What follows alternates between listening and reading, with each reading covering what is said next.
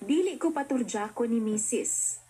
Kung ugaling man, dili ko mutunol niya og 200 pesos nga bayad. Tawgan na lang ko sa pangalang Boboy. 37 anyos ug taga-dinhi lang sa Digos City. DJ Sam, akong problema karon ay kabahin sa akong asawa nga grabe kanawong og kwarta. CNN. Doon na nami duha ka mga anak, DJ Sam, ug ambot lang, nalibog ko aning iyang tirada. Sa kinabuhing ninyo, DJ Sam, diba, kabalo naman jud ta nga basic jud ang ana-ana. Apan lahi ning ako ang asawa.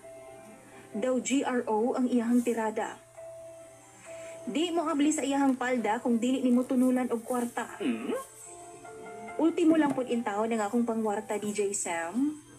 Construction worker lang ko. Ug igo-igo lang pud ang ako ang income para sa ako ang pamilya. Apan lagi, kay mo barog man yun ning atua, kapila sa usa ka semana. Maunang nagpait jud ko karon.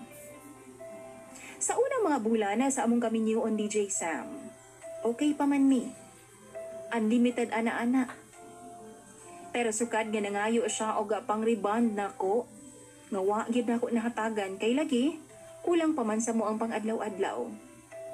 Nanluod ug nagbutang nagpresyo sa iyahang karne, DJ Sam.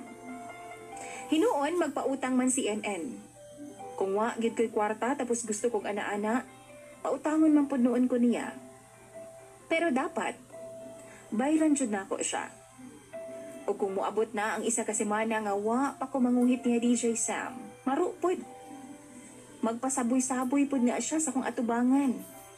Ug pas kagid bayang humuta. Kana bitawng nanintal gid siya tama nako, DJ Sam. Mao nang ako kay tao lang po.